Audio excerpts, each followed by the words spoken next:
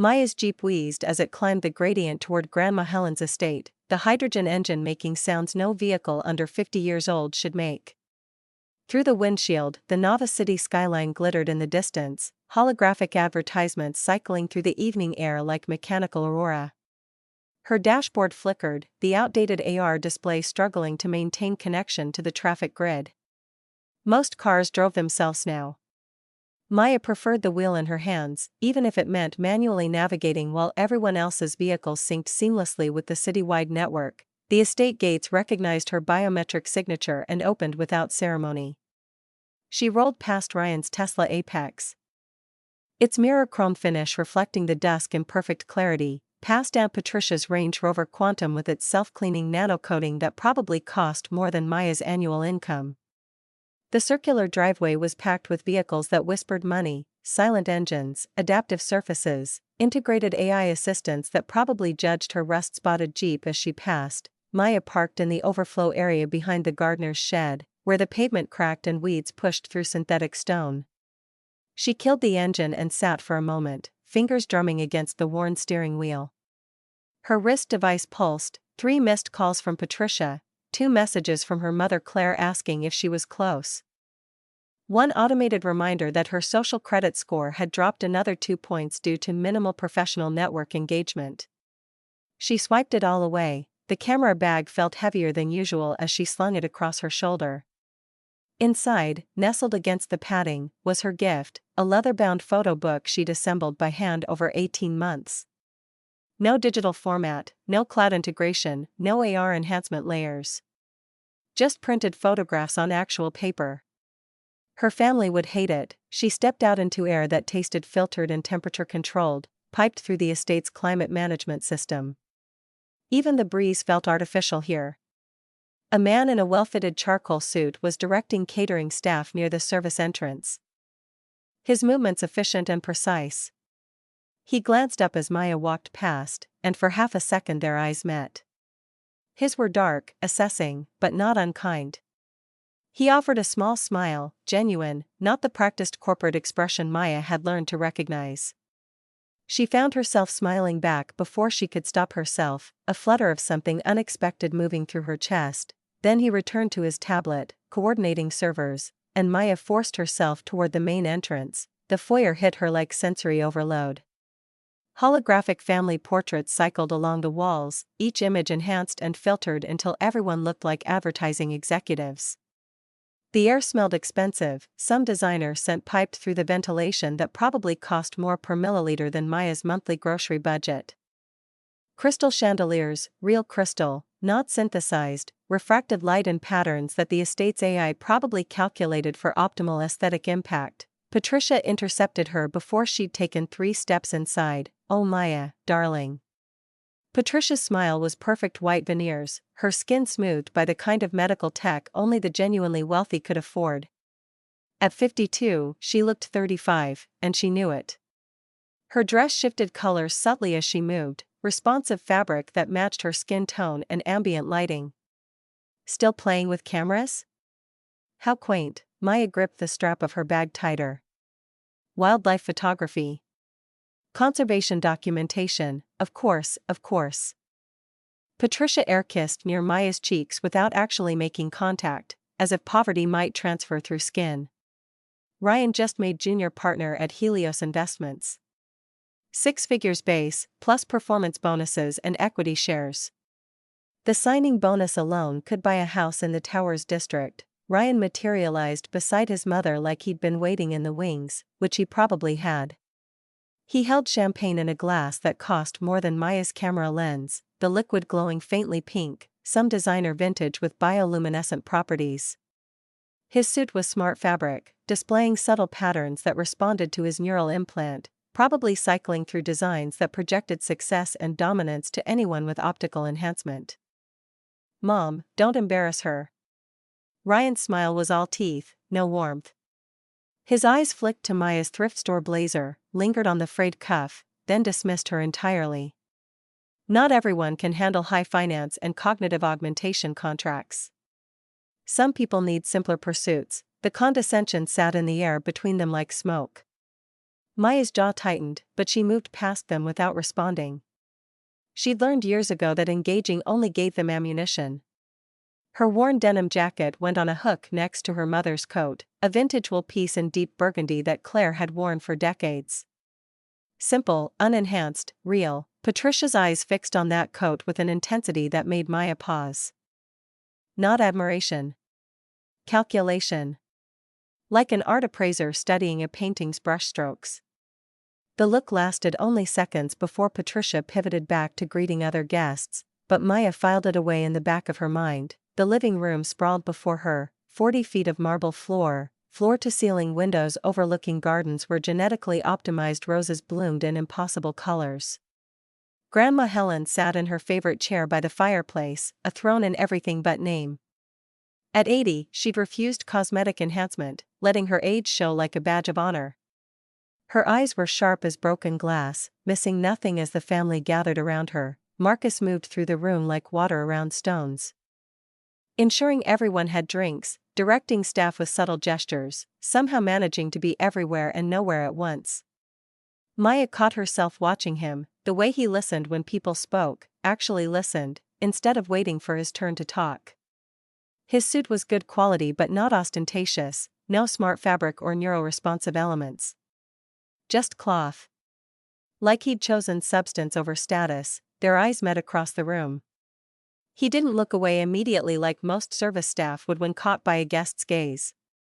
He held it for a moment, something unreadable in his expression, then returned to ensuring an elderly aunt had a chair with proper back support. Claire, darling sister. Patricia's voice carried across the room with practiced projection. You simply must let me take you shopping. That coat, I mean, it's sweet that you're sentimental about David's gift, but it's been what, 20 years? You deserve something new. Something that says, moving forward. Maya's mother touched the coat protectively where it hung on her arm, her fingers gentle on the worn wool. David chose this for our anniversary. I love it, of course, of course. Patricia's smile never wavered. But grief can make us cling to outdated things. There are wonderful new fabrics now, self-heating, stain-resistant, integrated biometric monitoring. You could have a coat that tracks your health metrics while looking stunning. Claire's face did something complicated, half pain, half anger, all suppressed beneath practiced politeness. Maya felt rage build in her chest, hot and sharp. 6 months. Her mother had been widowed 6 months, and Patricia was already circling like a vulture, picking at the remains of Claire's old life under the guise of concern. The gift exchange happened with ritualistic precision. Ryan presented his offering first, a bottle of cognac from 2089, pre-climate correction vintage, probably worth more than a new car. He explained its rarity, its investment value, how it had been aged in zero-gravity barrels on the Luna colony. Grandma Helen accepted it with polite thanks that didn't reach her eyes. Patricia unveiled a handbag, designer label Maya didn't recognize, the leather probably synthesized from some exotic source and enhanced with nanotechnology. It shimmered when it moved, displaying holographic patterns that shifted based on the owner's mood readings. Practical and ostentatious in equal measure, then Maya stepped forward with her photo book, leather-bound and heavy in her hands. She'd titled it Voices of the Wild, 18 months of work tracking endangered species, documenting ecosystems on the edge of collapse, capturing moments of beauty in a world increasingly dominated by technology and synthetic environments. The room went quiet in a way that had nothing to do with appreciation. Ryan flipped through it quickly, his fingers barely touching the pages like he might catch something. Neat. So these are like phone wallpapers professionally printed? Laughter rippled through the gathered family. Light, dismissive, the sound of people bonding over shared superiority. Patricia picked it up, examined a page showing a snow leopard in the Himalayan preserve, then set it down with exaggerated care. How earthy. Helen, you can put it in the guest bathroom. Give visitors something to look at. More laughter. Maya's face burned. She wanted to defend it, to explain the 6 weeks she'd spent in sub-zero temperatures tracking that leopard, the technical difficulty of the shot. The fact that this particular animal was one of only 43 left in existence. But the words stuck in her throat, tangled with humiliation and rage and the bone-deep understanding that they wouldn't care. Couldn't care. They'd stop seeing beauty that didn't come with a price tag. Grandma Helen's hands closed around the book with surprising firmness. She pulled it toward her, opened it, and actually looked. Her fingers traced the image of a Bengal tiger, eyes sharp with focus. When she spoke, her voice cut through the room like a blade. "This is extraordinary work, Maya. Real artistry. Real purpose." She looked up, fixing Patricia with a stare that could stir paint. "Some people create beauty.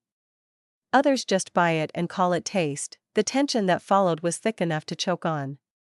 Patricia's smile went plastic, frozen in place while her eyes promised retribution later. Ryan looked between his mother and grandmother, calculating odds, assessing damage to his standing. The rest of the family found their drink suddenly fascinating. Maya mumbled something about helping in the kitchen and fled before the heat in her cheeks could manifest as tears. The kitchen was blissfully empty except for Marcus, who was arranging dessert plates with geometric precision. The room smelled like real vanilla, not synthesized, but actual vanilla extract, and something chocolate and expensive. Maya leaned against the counter, willing her hands to stop shaking. That book was incredible. She looked up, startled. Marcus hadn't turned around, was still focused on his work, but his voice was quiet and genuine. "You actually looked at it, every page?" He glanced over his shoulder at her. "While they were arguing about stock portfolios and cognitive enhancement dividends, I was wondering how you got that close to a Bengal tiger without getting mauled." Something in Maya's chest loosened. Patience. Stillness. Being present. Things that family doesn't value. He turned fully now, picked up a glass of wine from the counter, real wine, not the glowing enhanced stuff being served in the other room, and held it out to her. She took it, and their fingers brushed in the exchange. The touch lasted half a second too long, sending an unexpected jolt up her arm. His hands were warm, calloused in a way that suggested actual work, not just touchscreen interfaces. He stepped closer. Close enough that she could smell his cologne, something subtle and woody, not the aggressive designer scents most men in her circle wore. His eyes were dark brown, flecked with gold in the kitchen's warm lighting, and they looked at her like she was something worth seeing. "You're not invisible," he said quietly, intensely. Just surrounded by blind people, the air between them thickened, charged with something Maya couldn't quite name. Her breath caught in her throat. She was suddenly hyper-aware of everything, the heat radiating from his body, the way his suit jacket pulled across his shoulders, the small scar above his left eyebrow that no cosmetic procedure had erased. He was close enough to kiss. The thought arrived unbidden, shocking in its clarity. Maya. Patricia's voice shrilled from the dining room, shattering the moment like glass. "We need you for the family photograph. The one for Helen's social media archive." Marcus stepped back smoothly, professionally, the moment collapsing into formality. But something in his expression, a flicker of regret, maybe frustration, told Maya she hadn't imagined it. Dinner was a carefully orchestrated performance of family hierarchy. The table seated 20, with Grandma Helen at the head, Patricia and her branch on the right side representing wealth and traditional success, and Claire with Maya on the left representing the acceptable but lesser achievements. Every dish was designer cuisine, molecular gastronomy prepared by an AI-assisted chef, each plate arranged like a work of art. The food tasted expensive and somehow hollow, like eating money. Ryan dominated the conversation, as he always did, his neural implant probably feeding him conversation prompts and social optimization suggestions in real time.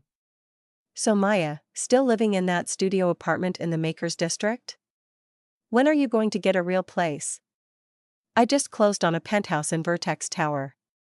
Floor-to-ceiling windows, 360-degree views of the city, integrated smart home system with personality learning algorithms. It's cozy," Maya said, keeping her voice even. "And the rent doesn't require selling my soul to corporate overlords." Defensive. Ryan smiled like he'd won something. "I'm just saying, at 28, you should be building equity. Assets. My financial advisor says real estate in the towers is appreciating at 47% annually. You're losing money every month you rent." Patricia leaned in with her fake concerned expression, the one that always preceded her cruelest observations. And dating? Any prospects? At your age, Claire had already given us Maya. She touched Maya's mother's hand with manufactured warmth. The clock is ticking, sweetheart. Have you considered the cognitive compatibility services? They can match you with partners based on neural patterns and genetic optimization metrics. I'm focused on my career, Maya said, the words automatic after years of repetition. Career? Ryan's eyebrows rose in exaggerated surprise. Is it really a career if you're not building equity? Assets? Long-term wealth generation? My financial advisor says, your financial advisor, Grandma Helen cut in, her voice sharp as a scalpel, didn't build my business from a single sewing machine to this estate. Didn't create something from nothing using vision and determination. Different values create different success, Ryan. Though I wouldn't expect someone who inherited their position to understand that, the table went silent. Forks paused midair. Ryan's face cycled through expressions: shock, anger, calculated restraint, probably his implant running damage control protocols. Patricia's smile was a rictus, her eyes promising murder. Maya felt a surge of affection for her grandmother so strong it nearly brought tears. But she also saw the calculation in Patricia's eyes, the way her aunt's gaze drifted to Grandma Helen with something that looked like assessment. Like she was measuring the old woman's remaining utility. The tension lasted 3 heartbeats, then Patricia laughed, bright and artificial, and redirected conversation to safer territory. But the damage was done. Lines had been drawn. Allegiances noted. Maya excused herself as soon as politeness allowed, claiming she felt feverish and needed air. Her mother gave her a concerned look but didn't protest. Maya slipped away from the table, heading toward the foyer where cool air and escape waited. She was halfway down the corridor when she heard movement from the coat room. Hushed, furtive. Wrong. Maya stopped, pressed herself against the wall, and peered around the corner. Patricia stood in the dim coat room, her phone's flashlight illuminating the interior label of Claire's burgundy coat. She was photographing it from multiple angles, her fingers running over the stitching with expert precision, examining it like a jeweler appraising diamonds. Then she pulled out her phone, the expensive one, not the public-facing device she used for social media, and dialed. It's authentic, Patricia whispered urgently. Yes, I'm certain. 1964 Dior, original label intact, hand stitching still perfect. Claire has absolutely no idea what she's wearing. My sister thinks it's just some sentimental rag David bought at a boutique in Old Seattle. Maya's blood went cold. She fumbled for her own phone, hands shaking as she activated the audio recording function. The device was old, non-networked, incapable of uploading to any cloud service. Completely private. Completely admissible. I've already started the campaign, Patricia continued, her voice taking on a cruel satisfaction. The you deserve new things talk, then move forward from grief angle. Give me 2 weeks, I'll offer her 200 for it, maybe 300 if she pushes back. Then we flip it for what did you say? 15,000 minimum? At auction, maybe 20 if we find the right collector. Maya's hand shook so hard she nearly dropped the phone. Rage and disbelief warred in her chest. This was her mother's coat. Her dead father's gift. Patricia was planning to scam her own grieving sister. This is the 4th piece, Patricia said, pacing now, excitement bleeding into her whisper. The pearl brooch went for $8,000, the silk scarves netted $3,000, that Art Deco lamp from the living room got $4,500. Yes, she's vulnerable right now. Perfect timing. The grieving widow routine makes her so grateful for family support. She doesn't question anything. Maya thought she might be sick. 4 pieces. Patricia had been systematically stealing from Claire for months, using grief as a weapon, offering pennies for treasures. A hand touched Maya's shoulder. She gasped, whirling around, nearly dropping her phone. Marcus stood there, finger to his lips, eyes deadly serious. He glanced at her phone, saw the recording interface, and nodded once. Then he gestured down the corridor, away from Patricia's location, his expression conveying urgency without speaking. Maya followed him on trembling legs, her mind racing, the recorded evidence burning in her pocket like a live coal. Patricia's voice faded behind them as they moved deeper into the estate, toward rooms Maya barely remembered, her heart pounding so hard she could feel it in her throat. Marcus led her to a door she'd never noticed before, pressed his palm against the biometric lock. It opened immediately, which was strange for service staff, and ushered her inside.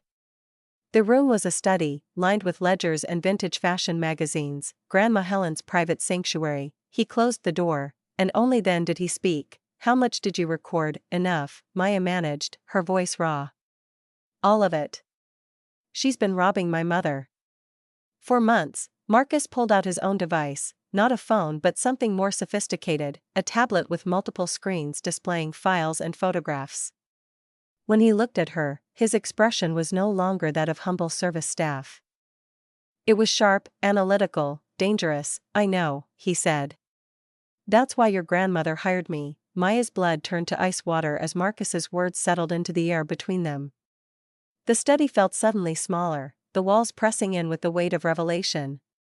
She stared at the tablet in his hands, multiple screens displaying her aunt's predatory timeline in excruciating detail, and tried to reconcile the quiet man who'd served champagne with the sharp-eyed investigator standing before her now. "Your grandmother hired you," Maya repeated slowly, testing the words for reality. When Marcus set the tablet on the mahogany desk and pulled out a business card from his jacket's inner pocket. The motion was smooth, practiced, nothing like the deferential service staff gestures he'd been performing all evening. The card was heavy stock, real paper, expensive in an era where everything was digital. Marcus Chen, Senior Appraiser, Whitmore Associates Vintage Acquisitions. Below that, a string of certifications Maya didn't fully understand but recognized as legitimate. 6 weeks ago, Marcus said. Your grandmother contacted my firm through a discreet channel. Said she suspected her daughter was being taken advantage of but needed proof before acting. He gestured to the folders spread across Helen's desk, each one thick with documentation. She was right to be suspicious. Maya sank into one of the leather chairs, her legs suddenly unreliable. The recording on her phone felt hot against her palm, damning evidence of a betrayal she was still processing. Grandma's been pretending? The forgetfulness, the confusion, strategic theater. Marcus pulled up a chair across from her, close enough that their knees almost touched. His eyes were serious now, professional, but something else lingered there too, the same heat from the kitchen, banked but not extinguished. 3 months ago, Helen noticed your aunt offering your mother replacements for her belongings. New things in exchange for old. The timing bothered her. David had just died, Claire was vulnerable. So Helen started testing Patricia, pretending to forget names, misplace items, act confused. Your aunt ate it up. Started talking about helping Mom organize her affairs before she declined further. The calculated cruelty of it hit Maya like a physical blow. Patricia had been circling both her mother and grandmother like a vulture, waiting for weakness, manufacturing incompetence to justify theft. How much? Maya's voice came out rough. How much has she stolen from my mother? Marcus didn't soften the answer. $47,000. That's the documented value of items Patricia acquired from Claire over the past 6 months, purchased for approximately $1,500 total. And those are just the pieces we've been able to track through auction records and private sales. The number was obscene. Maya thought of her mother in that burgundy coat, touching it like a lifeline, the last tangible piece of her father's love. Patricia had been systematically dismantling those memories, converting grief into profit. The pearl brooch, Maya said, remembering how her mother had cried when she'd sold it, saying she needed to downsize, simplify, move forward. Mom said Patricia gave her $150 for it. To help with expenses, sold at Christensen's auction house for $8,200. Marcus pulled up the receipt on his tablet, the damning numbers glowing against the dark screen. The vintage Hermès scarves your father brought back from Paris, Patricia offered $100, sold them for $3,400. The Art Deco lamp from your parents' bedroom, $75, current value $4,500. Should I continue? No. Maya's hands were shaking. She pressed them against her thighs, trying to steady herself, but rage was building in her chest like pressure behind a dam. My mother is barely holding together. 6 months widowed, and her own sister is vulturing her possessions while pretending to care. Marcus leaned forward, his hands coming to rest on the armrests of her chair, caging her in without quite touching her. His face was inches from hers. Close enough that she could see the flecks of gold in his dark eyes, feel the heat radiating from him. The intensity in his expression made her breath catch, which is why we're going to stop her, he said, voice low and fierce. Together, the electricity between them was back, sharp and undeniable. Maya's heart hammered against her ribs, and she couldn't tell if it was fury at Patricia or something else entirely, something to do with the way Marcus was looking at her like she mattered, like her anger was justified and righteous and shared. Why do you even care? Maya whispered. You don't know us. This is just a job. It stopped being just a job about 4 hours ago. His eyes dropped to her lips for half a second before returning to meet her gaze. When I watched you present that photo book and saw what you'd created, real beauty, real purpose, and watched them mock it like it was garbage. When I saw you escape to the kitchen because you needed to breathe, and you looked at me like I was a person instead of furniture. He paused, something raw and honest in his expression. I know grief. I know predators. And I know that I've been watching you all night, and you're the only real person in that entire dining room. Maya's breath came faster. The space between them felt charged, dangerous, full of possibilities that had nothing to do with revenge plots and family betrayal. She could smell him, something clean and woody, no synthetic enhancement. Just him. His hand was close enough to her face that she could feel the warmth of it, and she wondered what would happen if she closed that final distance. The door handle rattled, they sprang apart like magnets repelling, Marcus standing and turning toward his tablet with professional efficiency just as Grandma Helen entered. The old woman leaned on her cane, but her eyes were sharp as broken glass, taking in the scene with obvious understanding. A smile played at the corners of her mouth. Good, Helen said, closing the door behind her with surprising firmness. You found each other. Now let's plan. She moved to the desk with the careful deliberation of someone who'd learned to make age look like weakness when it suited her. Maya watched her grandmother settle into the high-backed chair, and for the first time that evening, she saw Helen clearly, not a vulnerable elderly woman, but a strategist who'd built an empire from nothing and wasn't about to let her daughter be destroyed by her other daughter's greed. You've been playing senile, Maya said, still processing. The name confusion, the forgetfulness, theater is useful at my age. Helen's smile was sharp as a blade. Patricia thinks I'm losing my mind. I've forgotten her name twice, called Ryan Robert at least 4 times, claimed not to remember where I put my jewelry. She's already circling, planning how to help me organize my affairs when I'm declared incompetent. The steel in her voice could cut glass. She's targeting your mother now, Maya. My daughter. That ends tonight. Marcus spread documents across the desk with practiced efficiency, creating a timeline of Patricia's systematic exploitation. Auction house receipts, bank transfers, photographs timestamped and geotagged showing Patricia leaving Claire's house with shopping bags, entering high-end consignment shops, meeting with private collectors. The evidence was damning and comprehensive. The pearl brooch, Marcus said, pointing to a cluster of documents. Patricia acquired it for $150, told Claire it was costume jewelry, sentimental but worthless.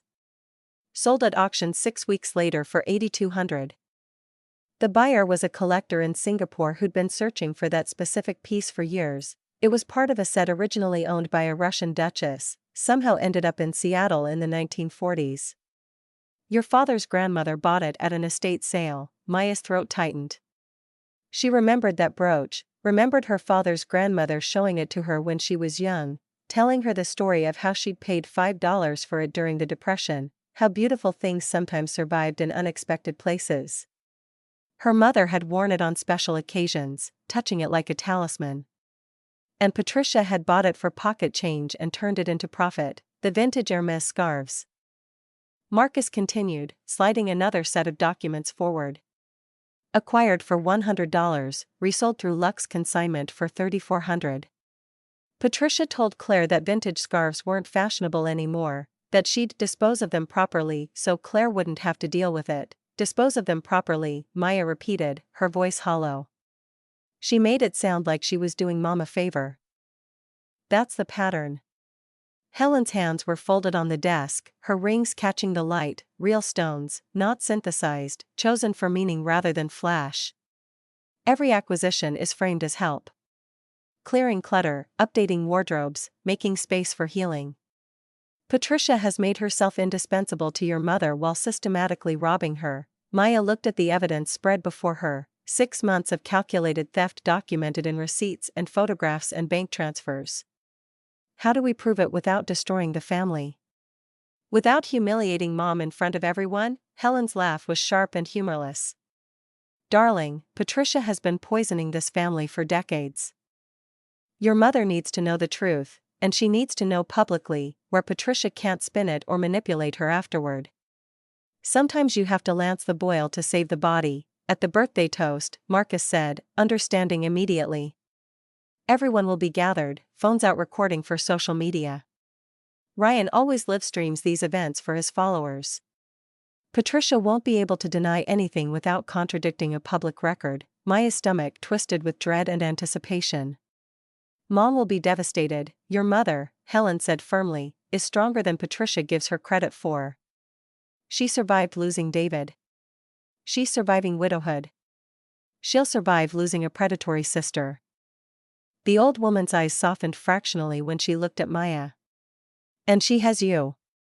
That matters more than Patricia ever will. The weight of it settled on Maya's shoulders, responsibility, purpose, the knowledge that what happened next would reshape their family permanently.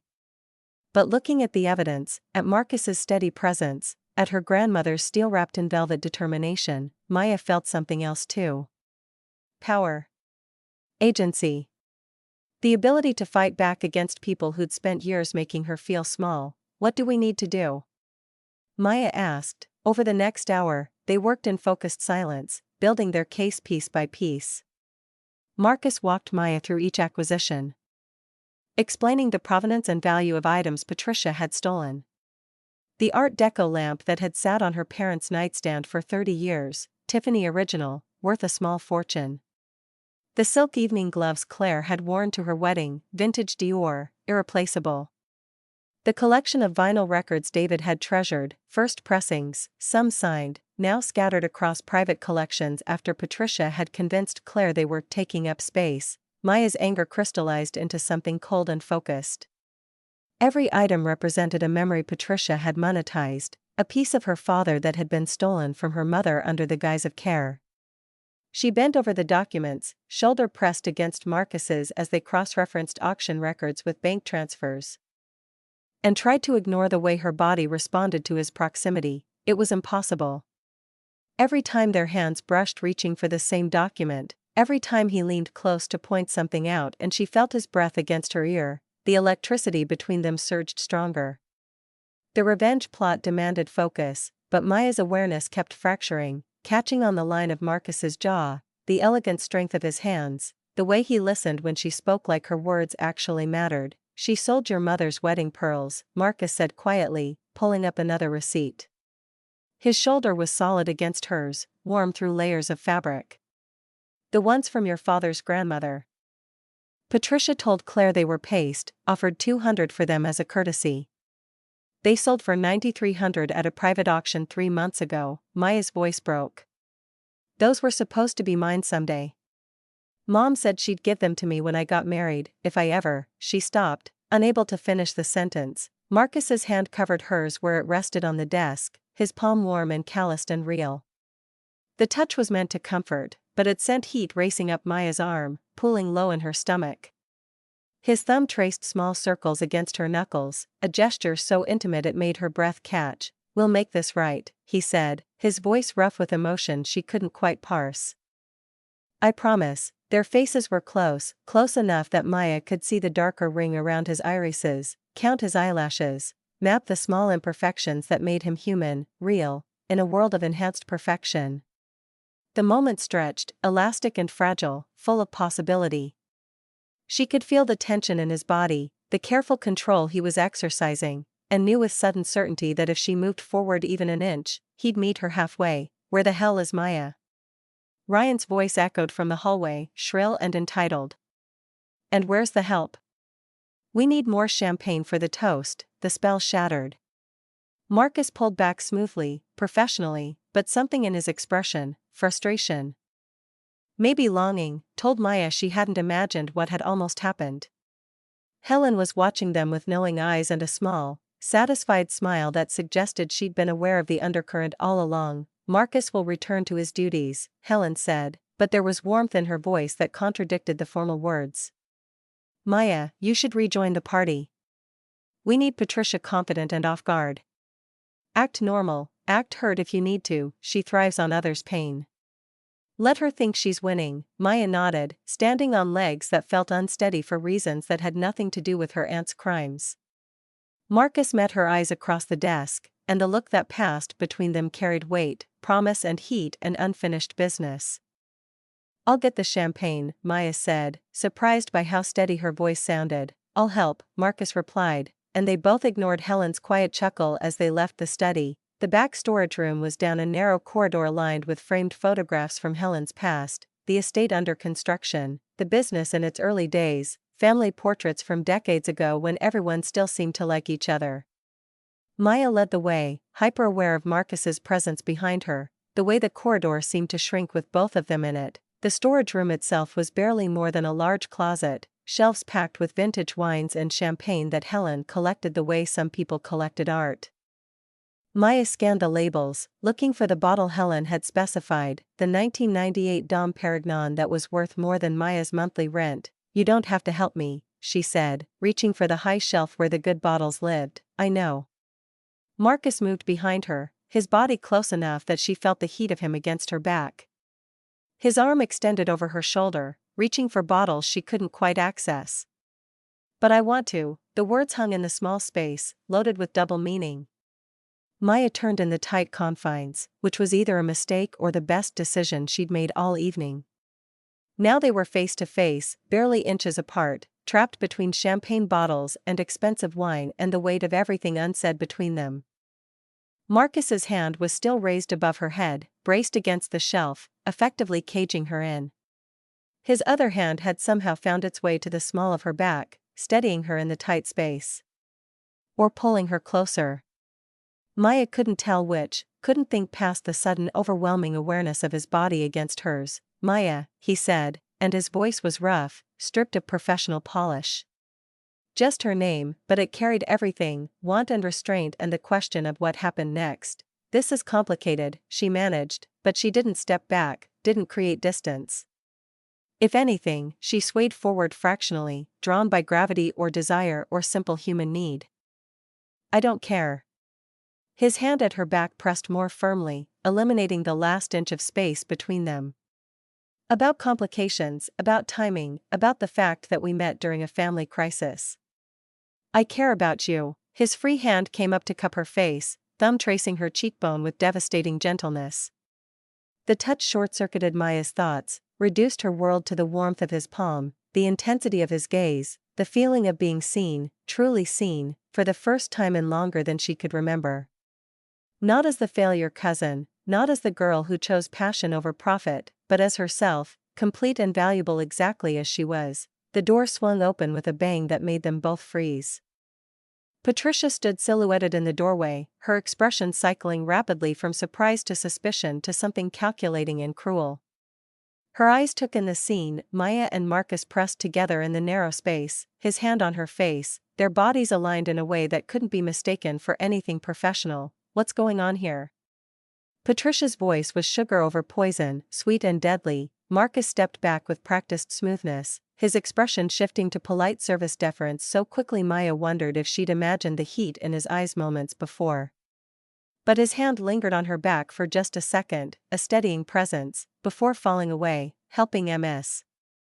Maya locate the vintage champagne your mother requested, he said, voice perfectly level. The 1998 Dom Perignon. It's stored on the highest shelf for temperature stability. Patricia's eyes narrowed, clearly suspicious but unable to articulate exactly what she suspected. Her gaze raked over Marcus with dismissive contempt, the look she reserved for anyone she considered beneath her. How efficient. Though I suppose finding bottles is more your speed than actually affording them. She turned that look on Maya. Slumming a bit, aren't we, dear? Or has the dating pool gotten that desperate? The words were designed to wound, to reduce what Maya felt to something cheap and shameful. Heat flooded her cheeks, but before she could formulate a response, Marcus had stepped forward with 2 bottles of champagne, his expression professionally blank. Will you need these brought to the dining room, or would you prefer them chilled first? Patricia waved a dismissive hand. Just bring them. We're ready for the toast.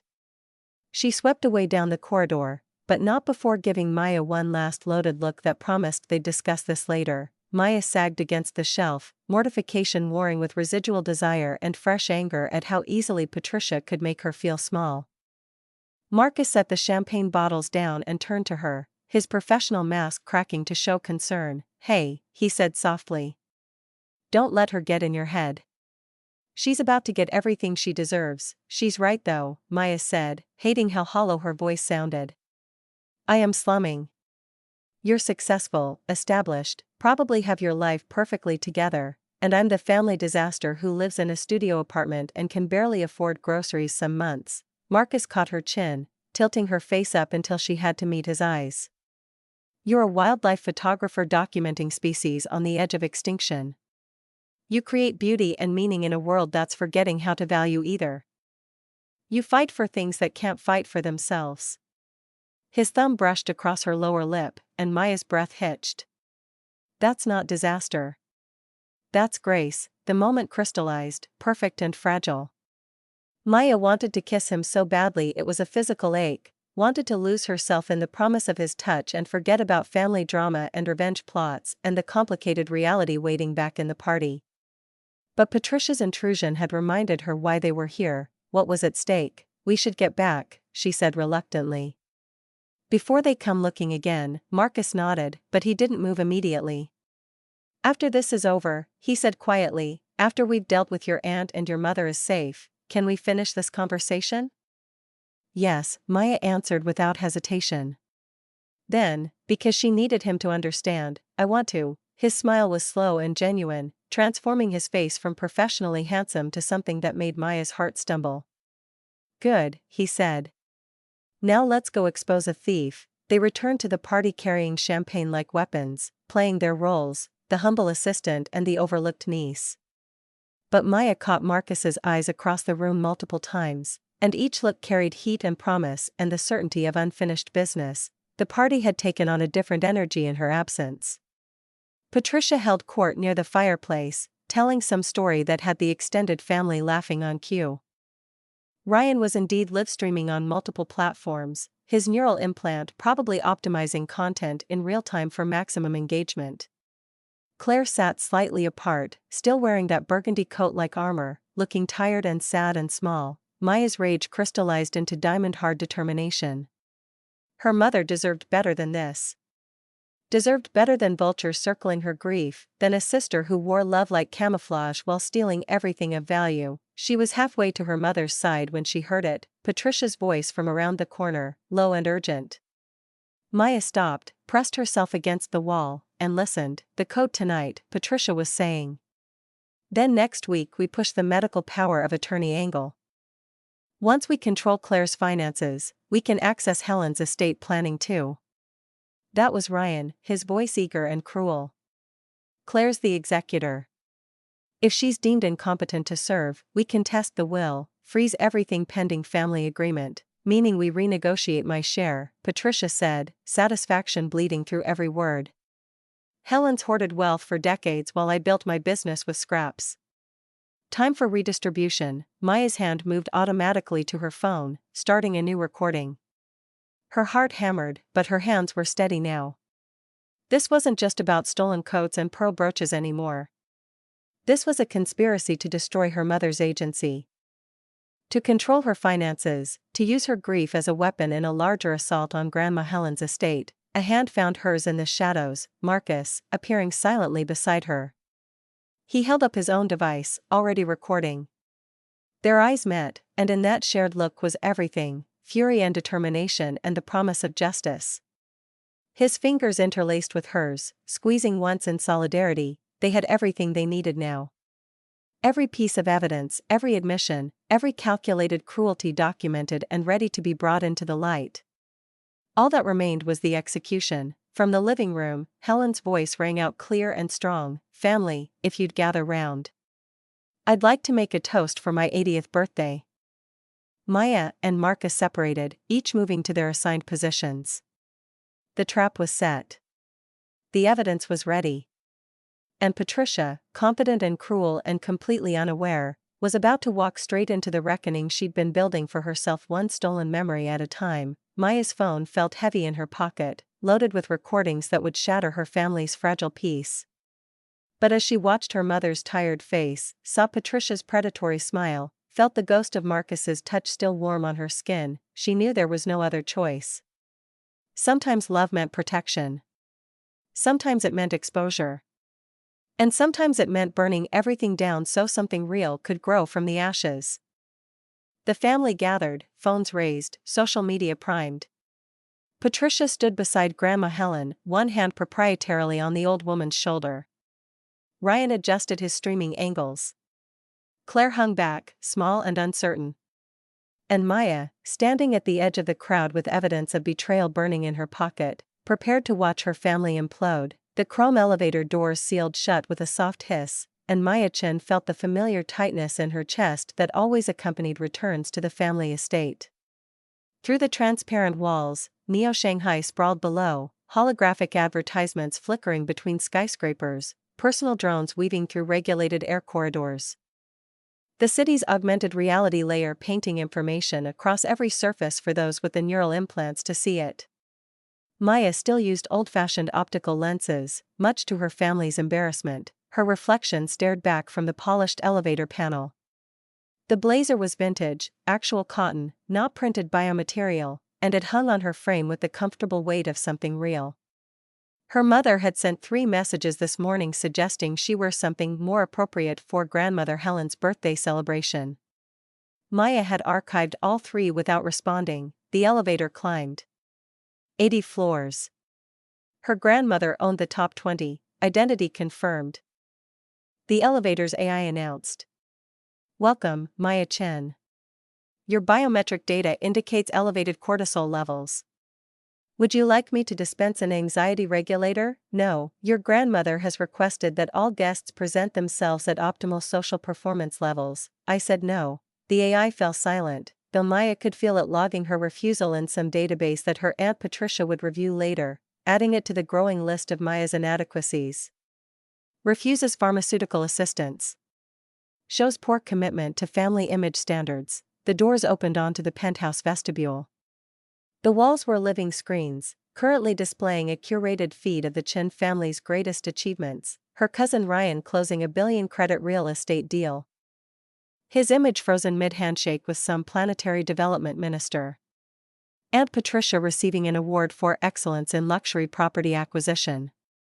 Uncle James, Patricia's ex-husband, though he still attended family functions, standing beside some new medical technology his company had developed, something about neural mapping that Maya didn't understand and didn't trust. There were no images of Maya's work. No photographs from her conservation documentation project in the Australian rewilding zones. No mention of her upcoming exhibition at the Heritage Foundation Gallery, where she'd spent 3 years capturing the last generation of unaugmented humans who still remembered Earth before the climate reformation. She stepped into the apartment proper. Sound hit her first, the low hum of conversation underlaid with synthetic music, the kind that adjusted its frequency based on the listener's collective mood data. Then smell, expensive perfumes, all custom designed by AI to complement each wearer's pheromone profile.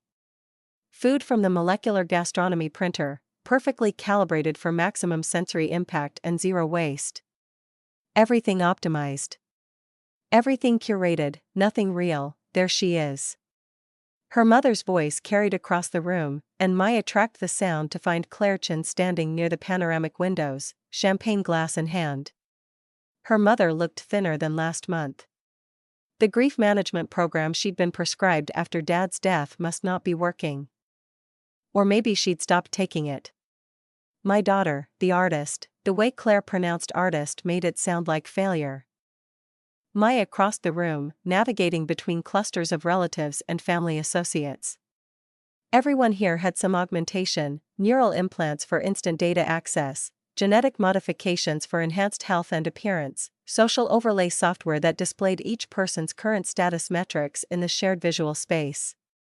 Maya's optical lenses showed her only their faces, but she knew what they were seeing when they looked at her: a low social credit score, minimal professional network value, outdated technology interface, estimated lifetime earning potential in the bottom quartile of the family. "Hi, Mom." Claire kissed her cheek, the gesture mechanical.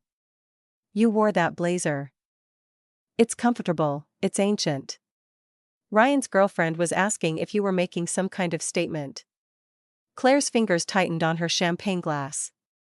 "Please tell me you're not planning to embarrass us with one of your lectures about authentic living or whatever philosophy you're currently attached to." Maya felt the familiar heat rising in her chest, but she kept her voice level. "I'm here to celebrate grandmother's birthday." "That's all, good." Claire's eyes drifted past Maya's shoulder, tracking something, or someone, more interesting. "Try to stay out of Patricia's way. She's in one of her moods." Before Maya could respond, a commotion near the entrance drew everyone's attention. Aunt Patricia had arrived, and she never arrived quietly. She swept in wearing a dress that shifted colors based on the ambient light, each hue calculated to command attention. Behind her came Ryan, her son, and his fiancée Alexis, whose family owned half the orbital manufacturing stations. "Mother." Patricia's voice carried effortlessly across the room. She made her way to where grandmother Helen sat in her favorite chair, the only piece of furniture in the apartment that wasn't smart, wasn't connected, wasn't feeding data to some analytics system. Just an old chair that Helen refused to replace. "You look radiant." 81 years young, Helen's eyes, still sharp, still unaugmented, found Maya across the room. The old woman's expression didn't change, but something passed between them. A recognition. An understanding. Patricia continued her performance, handing her mother an elaborate gift box. "We had this custom designed by the best AI curator in the hemisphere. It's a complete sensory experience package, virtual travel to anywhere you've ever been, with full haptic feedback and memory enhancement protocols. You'll be able to relive your favorite moments with perfect clarity." "How thoughtful," Helen said, her tone unreadable, "and practical." Patricia's smile was bright and sharp. "At your age, these memory enhancement systems are really quite essential. We want to make sure you can continue to enjoy all your experiences. Especially with the estate planning discussions coming up." There it was. The real agenda of every family gathering these days. Grandmother Helen's estate, her fortune, the family company holdings. Patricia had been circling for months, ever since grandfather died 2 years ago, and Helen had refused to immediately restructure the inheritance protocols. Maya felt her mother tense beside her. Claire had been grandmother's favorite once, before Dad died, before the grief had hollowed her out and made her uncertain. Patricia had slipped into that vacuum like water finding a crack. "Maya." Ryan's voice came from too close behind her. She turned to find her cousin holding 2 glasses of champagne. One extended toward her. "You made it. I heard you were on some assignment in the wilderness zones. Photographing endangered species or something equally rustic, documenting the rewilding project," Maya said, not taking the glass. "The conservation efforts in former mining territories, right?" "That." Ryan's smile was perfectly calibrated. His social interface software would be feeding him real-time data on her micro-expressions, helping him adjust his approach. "How's that paying? I mean, professionally speaking. Is there actually a market for that kind of content?" Alexis appeared at Ryan's elbow, her dress displaying a subtle animation of their upcoming wedding date and venue coordinates. "Oh, are you the photographer? Ryan mentioned you did some cute little nature project." "That's so sweet, it's her career," Claire interjected, though her voice lacked conviction. Of course, of course." Alexis touched Ryan's arm, a gesture of possession that seemed unconscious. Everyone needs a hobby. I think it's lovely that you're so passionate about it, even if it's not exactly lucrative. Maya's fingers curled into her palms. She could feel the old response building, the anger, the defensive need to justify her choices, to prove her worth in their terms. But she'd learned something in those rewilding zones, watching ecosystems slowly repair themselves after decades of damage. Sometimes the strongest response was simply to exist, to persist, to let time and truth do their work. "Excuse me," she said, and walked away before any of them could respond. She found refuge near the far windows, away from the main gathering. The view stretched across the city toward the harbor, where the sea wall's defensive shields shimmered against the rising ocean. Beyond that, somewhere in the distance, was the small gallery where her work would be displayed next month. 20 photographs documenting people who'd chosen to live without augmentation, without the constant digital overlay, without the optimization protocols that promised efficiency but delivered a kind of numbing sameness. The Heritage Foundation had called her work a crucial anthropological record of pre-integration humanity. Patricia had called it poverty tourism when she'd heard about the exhibition at last month's family dinner. "The view's better from up here than ground level." Maya turned to find a man standing a few meters away, holding a tablet and studying the room with the kind of detached attention that suggested professional interest rather than social curiosity. He was dressed simply, button-down shirt, actual fabric trousers, no visible augmentation interfaces. His face wasn't familiar from the family network. "I didn't realize we had any staff up here today," Maya said. "I'm not staff." Marcus Chen. No relation, despite the name. He gestured with the tablet. "Your grandmother hired me 6 months ago. Asset appraisal and estate documentation." Ah. Maya studied him more carefully. There was something deliberately neutral about his presentation, something that suggested he'd learned to make himself forgettable in rooms full of people desperate to be noticed. "You're the one cataloging her collections, among other things." His gaze moved past her to the gathering behind them. "You're Maya. The photographer, the family disappointment." "You mean, a flicker of something, amusement?" Recognition crossed his face. "I've seen your work." The Heritage Foundation preview. The image of the woman in the rebuilt housing collective, the one where she's teaching her granddaughter to cook without a meal printer. Maya felt something shift in her chest. "You went to the preview?" "I go to a lot of previews. Part of the job, understanding value." He paused. "Your work is remarkable. You capture something most people don't see anymore." "What's that?" "Authenticity." He said it simply, without the ironic distance that usually accompanied such words in her social circles. Real connection. The kind that doesn't need algorithmic enhancement. Before Maya could respond, a voice cut across the room. Patricia, calling for everyone's attention. "If I could have everyone gather. Please. Mother wants to say a few words before dinner." The crowd shifted, flowing toward where Helen sat. Marcus moved to the periphery, tablet in hand, professional distance restored. But as Maya passed him, he said quietly, "There's more to your family's collection than they realize. Your grandmother has been very strategic about what she shows people." Maya glanced at him, but he was already focused on his tablet, expression neutral. The family arranged themselves in a loose semicircle around Helen's chair. Patricia positioned herself at her mother's right hand, Ryan beside her. Claire stood slightly apart, and Maya found herself at the outer edge of the gathering, the physical manifestation of her family status. Helen surveyed the room with those sharp, unaugmented eyes. 81 years, she said. "I've been alive for 81 years, and I've spent most of them building this family's fortune. I've watched technology transform everything we understand about human capability, human connection, human value." Patricia's expression was carefully neutral, but Maya could see the tension in her shoulders. This was the moment they'd all been waiting for, the announcement about the estate, the inheritance protocols, the distribution of wealth and power. "I've been blessed with family," Helen continued. "Children, grandchildren, a network of connections that any social metric would rank as successful." Her gaze moved across the faces before her. "But I've also learned that metrics can be misleading.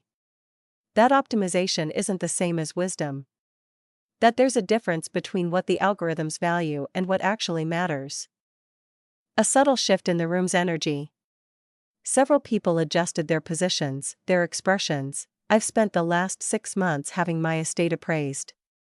All my collections, my properties, my holdings. Helen gestured toward Marcus.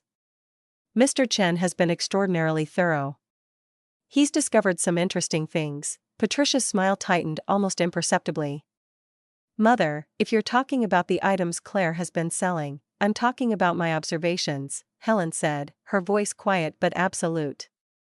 About what I've learned regarding character. About who in this family understands value, and who simply understands price. Maya felt the words land like small detonations across the room. She watched her mother's face pale, watched Patricia's expression smooth into careful blankness, watched Ryan's hand move unconsciously to his neural interface, probably pulling up data, searching for context, trying to calculate the implications. Helen's eyes found Maya's across the room. True value, the old woman said, isn't something you can optimize or quantify. It's something you recognize when you see it. When you're willing to look. Dinner was announced. The crowd began to move toward the dining area, conversations resuming in lower registers, everyone processing what had just been said, or more accurately, what had been implied without being stated. Maya stayed by the windows, watching the city lights flicker in the darkness beyond. She felt someone approach and turned to find Marcus beside her again. That was quite a speech, she said. Your grandmother is a remarkable woman. He was quiet for a moment. She knows exactly what's been happening in this family. Every transaction, every manipulation, every power play. You're the one who told her. I'm the one who documented it. His eyes met hers, and Maya saw something there that made her pulse quicken. Not attraction exactly, though there was that, but recognition. The sense of finding someone who saw the same things she did, who understood the difference between appearance and truth. The question is what she plans to do about it. And what do you think she plans to do? Marcus's smile was slight but genuine. I think she plans to reveal some uncomfortable truths. And I think you're going to be surprised by how much power you actually have in this family. I'm the disappointment, remember? The one who chose photography over neural engineering, conservation over commerce. You're the one who chose authenticity over optimization. He shifted slightly closer, his voice dropping. That's not weakness. That's strategy. You just don't know it yet. Maya's breath caught. There was something in the way he looked at her, not the calculating assessment of someone running social metrics, but genuine interest. Genuine seeing. Maya. Her mother's voice called from the dining room. Come help me with the seating arrangements. The spell broke. Marcus stepped back, professional distance restored. But his eyes held hers for one more moment. This is going to be an interesting evening, he said. Maya moved toward the dining room, but she could feel him watching her go. Could feel something shifting in the architecture of this gathering, in the careful hierarchies her family had constructed. Her grandmother had spent 6 months planning something. Marcus had been documenting something. And Maya, the family disappointment, apparently had some role to play that she didn't yet understand. The dining room was a marvel of engineered elegance. The table's surface displayed subtle animations of flowing water. The chairs adjusted automatically to each occupant's biometric data for optimal comfort. The lighting shifted based on collective mood indicators. But Helen had insisted on real flowers as the centerpiece. Actual roses, grown in soil, their scent organic and unenhanced. Maya found herself seated between her mother and a distant uncle whose name she could never remember.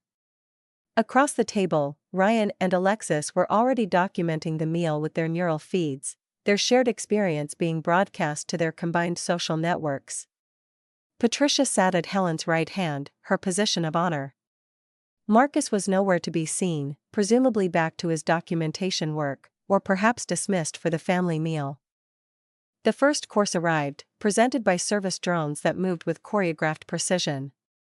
Maya picked up her fork, real metal, not printed composite, and tried to ignore the way Patricia kept glancing toward Helen with barely concealed anxiety. So, Maya, Alexis said brightly, her voice carrying across the table. Ryan mentioned you're having an exhibition soon. That must be exciting. Every eye turned toward Maya. She could feel the weight of attention, the calculation behind each gaze. Next month, Maya said. At the Heritage Foundation, the Heritage Foundation. Patricia repeated the name as if tasting something slightly sour. That's the organization that focuses on pre-integration culture. Isn't it? How nostalgic. They focus on preserving cultural memory, Maya said evenly. Documentation of how people lived before universal augmentation, so basically, how people lived when they were less efficient, less connected, less capable. Ryan's smile was friendly, but his words cut. I mean, it's interesting from an anthropological perspective, but it's hardly relevant to contemporary life, unless you value understanding where we came from, Maya said. We came from poverty and limitation, Patricia interjected. Thank goodness we've evolved beyond that. Helen's fork clicked against her plate. The sound was small, but it silenced the table immediately. Evolved, the old woman said. Interesting word choice. I wonder if evolution is really what we've achieved, or if we've simply traded one form of limitation for another. Patricia's smile tightened. Mother, surely you're not suggesting that augmentation has made us less capable. I'm suggesting that capability and wisdom aren't the same thing. Helen's gaze swept the table. I'm suggesting that we've become very good at measuring certain types of value while ignoring others entirely. The tension crystallized, sharp and undeniable. Maya watched her mother's hand tremble slightly as she reached for her water glass. Watched Ryan's expression shift as he processed the implications. Watched Patricia's careful mask begin to crack at the edges. Something was coming. Helen had orchestrated this evening with the same precision that had built the family fortune. And Maya, sitting at the outer edge of the family hierarchy, suddenly understood that she wasn't just an observer. She was a piece in play. The question was what role her grandmother intended her to fulfill, and what truth was about to reshape everything they thought they knew about value, about success, about family. The answers, Maya sensed, would come before the evening ended. And they would change everything.